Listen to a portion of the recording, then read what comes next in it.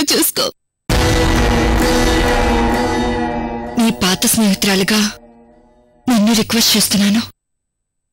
ఇంకోసారి ఎప్పుడు నీ గొడవల కోసం నందిని లైఫ్ని బలి చేయకు అమృత.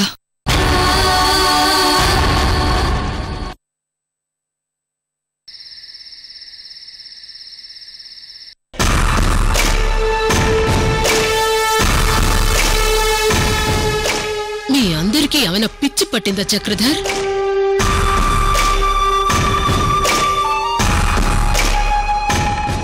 ఏదో పొడి చేస్తానని చెప్పి ఈ శాంతమ్మ దీని కొడుకు అమర్ కలిసి చంపేసింది వెంకట్రావునా?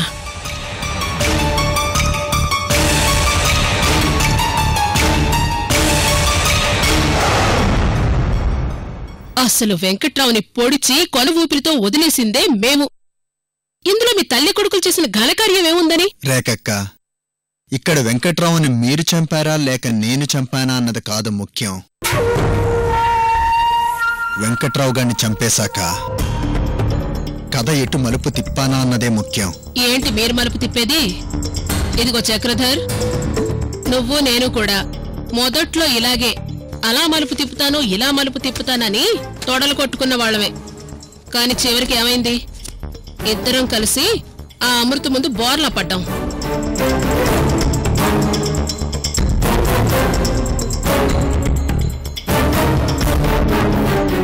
ఇదిగో శాంతమ్మ, నాకు అమృత వద్దు, నీకు ఇచ్చిన డబ్బు కూడా వద్దు, నన్ను వదిలేయండి.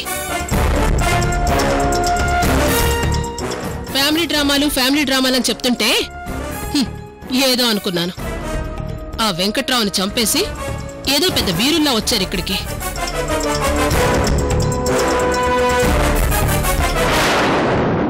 అయినా ఆ వెంకట్రావు గారు ఆల్రెడీ హాస్పిటల్లో చావు బతుకుల మధ్య ఉన్నాడు కదా. మీరేదో ఆ వెంకట్రావు ముక్కు దగ్గర ఆక్సిజన్ గొట్టం తీసేసినంత మాత్రాన విలన్స్ అయిపోతారా ఏంటి? ఇదిగో, అనవసరంగా మీ టైం వేస్ట్. నా మాట విని మీరు సీఎంకి వెళ్ళిపోండి. రేఖ, ఈ అమర్ గురించి చాలా తక్కువ అంచనా వేస్తున్నావు. ఆ నందిని కూతురుందే ఆ బుడ్డది, ఆ బుడ్డదాన్నే అమర్ ఇప్పుడు తన కంట్రోల్లో పెట్టుకున్నాడు.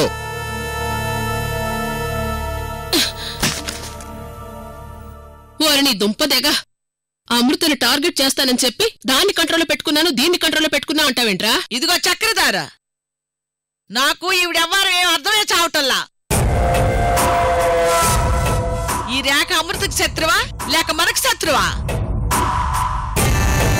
ఏందయ్యా దీన్ని అసా? నిన్ననే కదా నా బిడ్డ వెంకట్రావు గారిని చంపేసి ఉంటాడు. అప్పుడే తొందరపడితే ఎట్టా? ఇదిగో అమరు, నీ స్కెచ్ ఏందో ఈ రేఖ ఒకసారి చెప్పు. మనమేందో తెలియక ఎగురెగురు పడుతూ ఉండాది. రేఖక్క, నువ్వు ఈ చక్రధర్ అమృత మీద పగ పెంచుకొని ఏమీ చేయలేకపోయారు.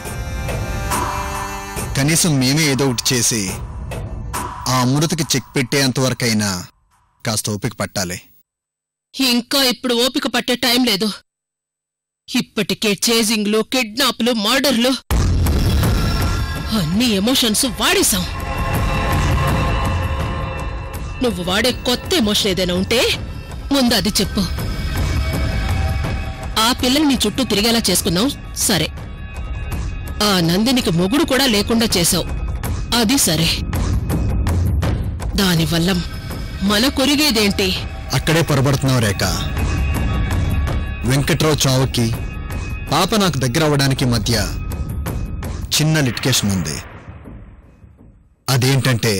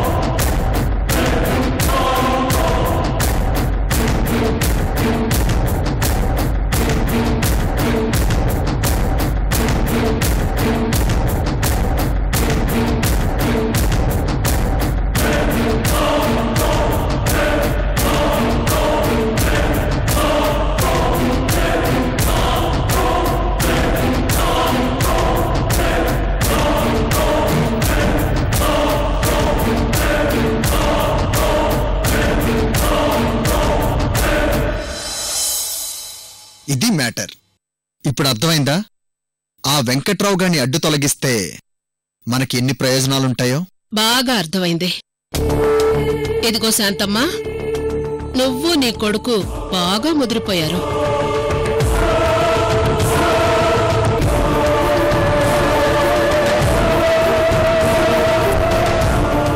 మీరిలాగే రెచ్చిపోతూ ఉండండి.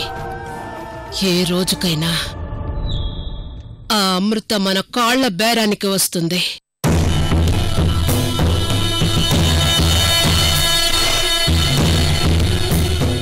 ఇదిగో చక్రధర్, ఇప్పుడు ఈ అమర్ చెప్పింది విన్నాక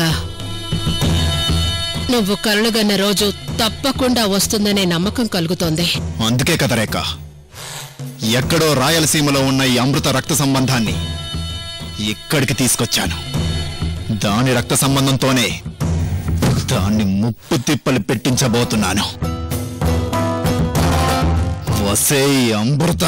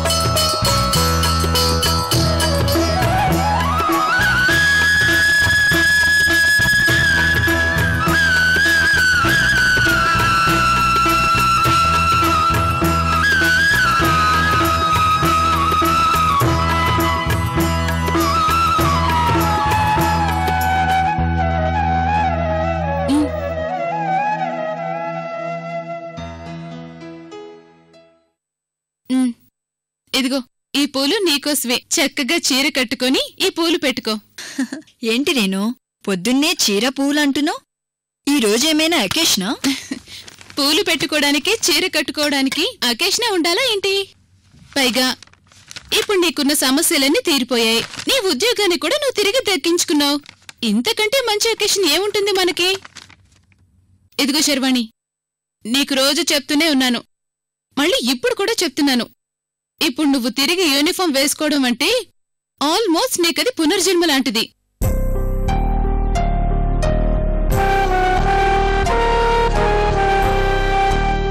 నా మాట విని ఈ కీర్తిలు కాకరకాయలు అంటూ లో గ్రేడ్ వాళ్ల కోసం నీ టైం వేస్ట్ చేసుకోవద్దు.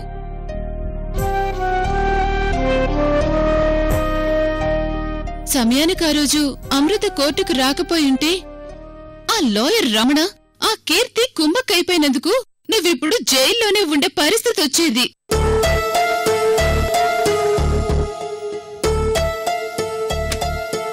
అవును రేణు, అసలు నాకు ఈ రోజు జాబ్ తిరిగి రావడానికి కారణం ఆ రిపోర్టర్ అయితే నాకు పునర్జన్మనిచ్చింది మాత్రం అమృతనే. అందుకే చెప్తున్నాను, అన్నిసార్లు ఇలా మనల్ని కాపాడ్డానికి అమృతనో లేక ఇంకొకరు రారు కదా. ఇకనైనా పనికి మాలిన వాళ్ళందరి గురించి ఆలోచించడం పక్కన పెట్టి నీ జాబ్ మీదే కాన్సంట్రేట్ చెయ్యి. సరేలేవే, నువ్వింతగా చెప్పాలా? ఇక నుండి నా జాబ్ తప్ప ఏ అడిషనల్ వ్యవహారంలోనూ వేలు పెట్టను, సరేనా? శర్వాణి, అవును, నువ్వు నైట్ నైటంతా నిద్రపోకుండా ఏదో ఆలోచిస్తున్నావు.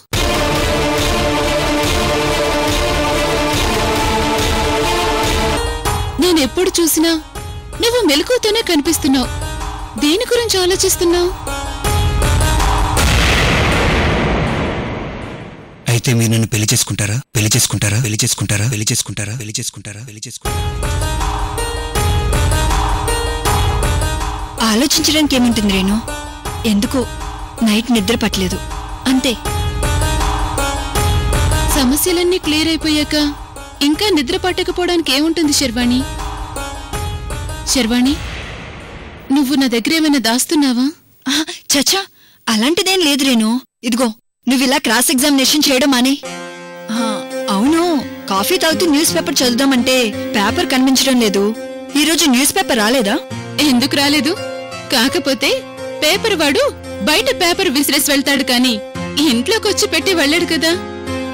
మనమే వెళ్ళి బయట ఉన్న పేపర్ తెచ్చుకోవాలి. ఉండు, నేను వెళ్ళి న్యూస్ పేపర్ తీసుకొస్తాను.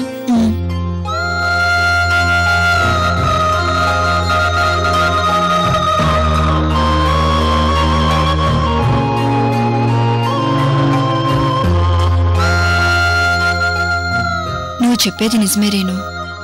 కొత్తగా మళ్ళీ సమస్యలు తెచ్చుకునే ఓపిక ఇప్పుడు నాకు లేదు.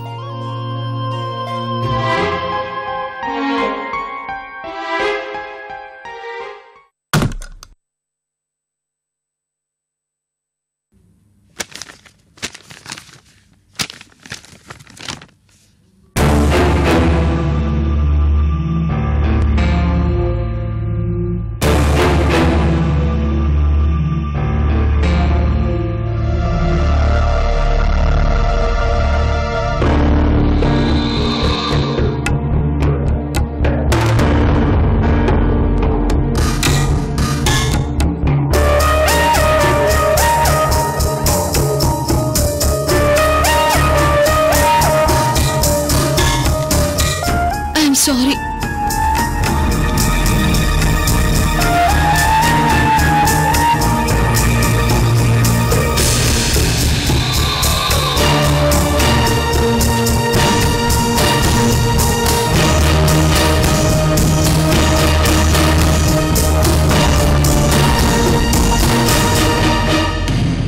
నన్ను పెళ్లి చేసుకోమని అడిగి తప్పు చేశానని నువ్వు వెళ్ళిపోయాక అర్థమైంది శర్వాణి.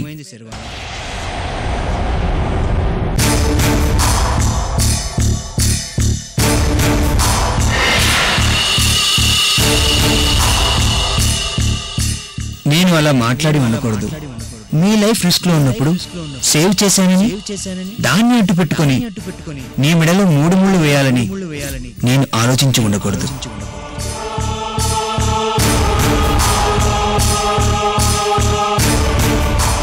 జరిగిన దానికి నువ్వు బాధపడి ఉంటావని తెలుసు. నన్ను క్షమించు శర్వాణి.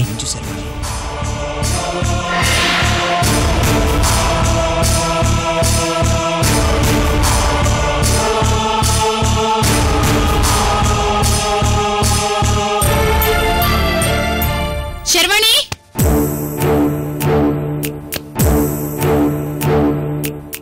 నీకు ఆ రిపోర్టర్కి మధ్య ఏం జరిగింది?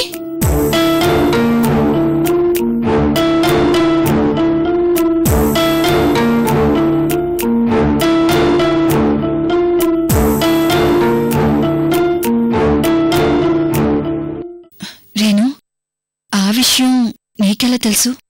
ఇప్పుడు నాకెలా తెలిసింది అనేది కాదు ఇంపార్టెంట్. తను సడన్ గా ఎందుకు నిన్ను పెళ్లి చేసుకుంటాను అని అడిగాడు, అది ఇంపార్టెంట్. అసలేం జరిగిందో చెప్పు శర్వాణి.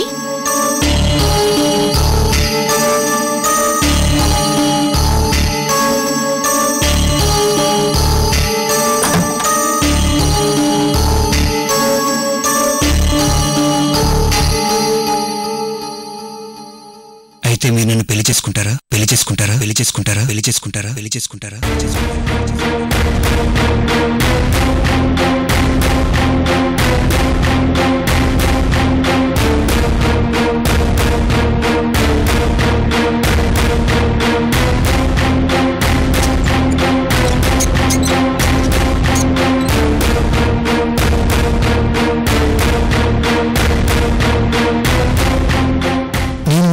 చేసుకుంటానని అడిగింది నాకు భార్యగా ఉండడానికి కాదు శర్వాణి. నా భార్య రూపంలో ఉన్న మీరు నా కూతురికి తల్లిగా ఉంటారని.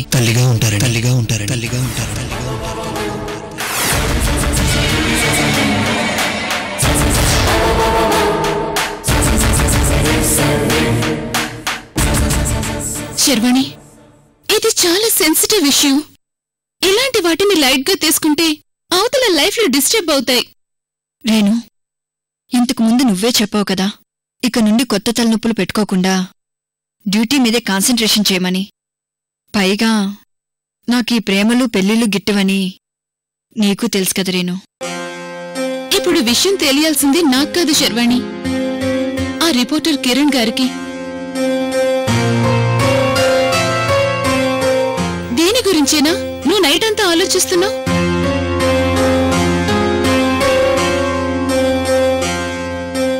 సరే, జరిగిందేదో జరిగిపోయింది. నువ్వు వెంటనే ఆ కిరణ్ గారితో క్లారిటీగా మాట్లాడి పెళ్లి మీద నీకు ఇంట్రెస్ట్ లేదని నీ అభిప్రాయాన్ని చెప్పేయ్.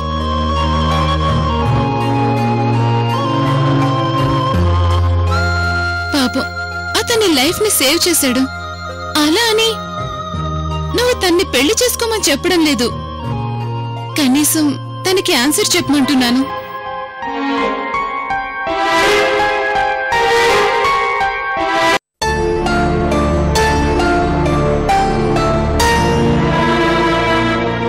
సరే రేణు, ఈరోజు ఏసీపీ గారితో మీటింగ్ ఉంది.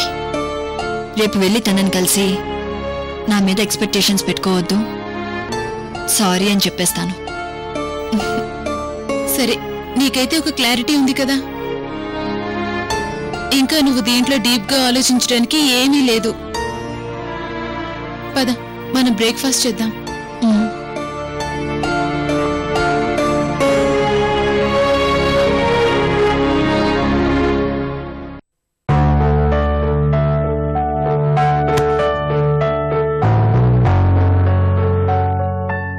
నందిని, త్వరగా కాఫీ ఇవ్వమ్మా, నేను కోర్టుకి వెళ్ళాలి.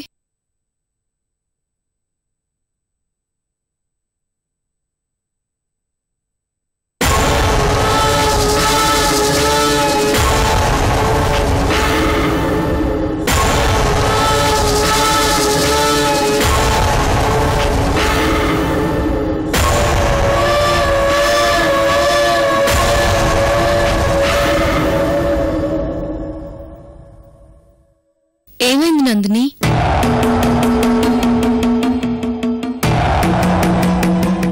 ఏం లేదక్కా, నువ్వు నుదుటిన పెట్టుకున్న పొట్టు చూస్తుంటే నాకు వెంకట్రావే గుర్తొస్తున్నాడు.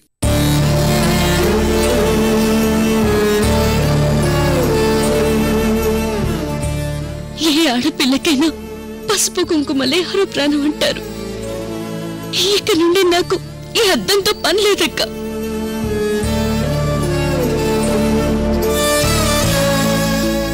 ఇక నుండి తీసేయక్క, లేదంటే అతను నన్ను నేను చూసుకున్న ప్రతిసారి ఈ అతను నన్ను ఏడిపిస్తూనే ఉంటుంది.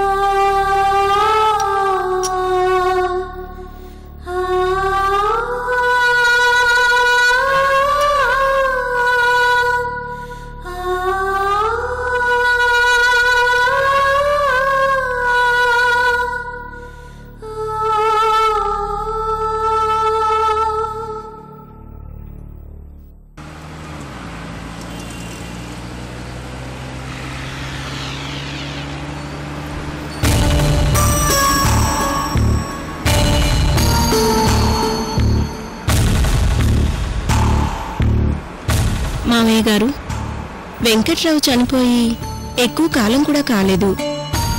ఇప్పుడు మీరు ఈ ప్రపోజల్ తీసుకొస్తున్నారని తెలిస్తే అమృత హట్ అవుతుందేమో. అమ్మ శ్రీలత, నేనొక తండ్రిగా ఆలోచించాను కాబట్టి ఈ నిర్ణయానికి వచ్చాను. పెద్దవాణ్ణి, నా అనుభవంతో చెప్తున్నాను. ఇప్పుడు ఇంట్లో ఉన్న సమస్యల నుంచి బయటపడాలంటే ఇదొక్కటే మార్గం తల్లి. మీ ఆలోచన నాకు అర్థమైంది మావయ్య. కాకపోతే ఇప్పుడున్న పరిస్థితుల్లో అమృత నందిని అర్థం చేసుకుంటారా అని.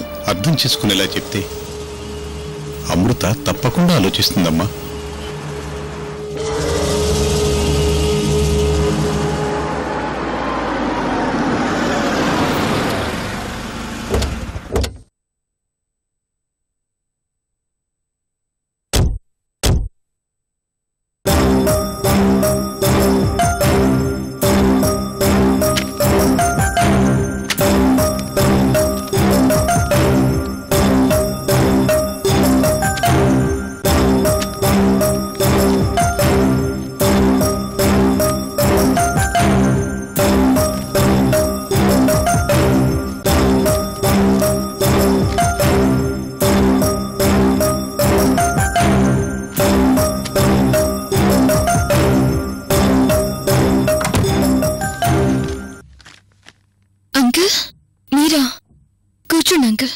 అమృత, ఏదో హడావిడిగా బయటికి వెళ్తున్నట్టున్నావు కదా, పర్వాలేదా? పర్వాలేదు, చిన్న కోట్ పని ఉంటే వెళ్తున్నాను. అర్జెంట్ ఏం లేదు, ముందు కూర్చోండి అంకుల్, కూర్చోండి. నందిని, ఆదికేశవులు అంకుల్ శ్రీలత గారు వచ్చారు, కాఫీ తీసుకురా. అలాగే అక్క. అమృత, పాప ఎక్కడుంది? కనిపించడం లేదు. అమర్తో ఆడుకుంటుంది శ్రీలత. అంకుల్, అమర్ ఏమాయి చేశాడో తెలియదు కానీ అదసలు అతన్ని వదిలిపెట్టి మా దగ్గరికి రావడం లేదు. పోనీలేమ్మా, అలాగేనా పాపకి ఈ పరిస్థితుల్లో ఒక తోడు దొరికింది.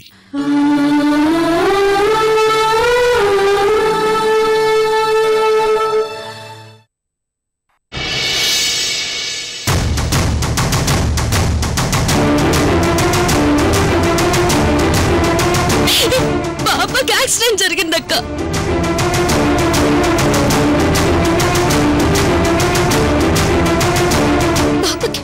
పాపకి యాక్సిడెంట్ జరగడం ఏంటి?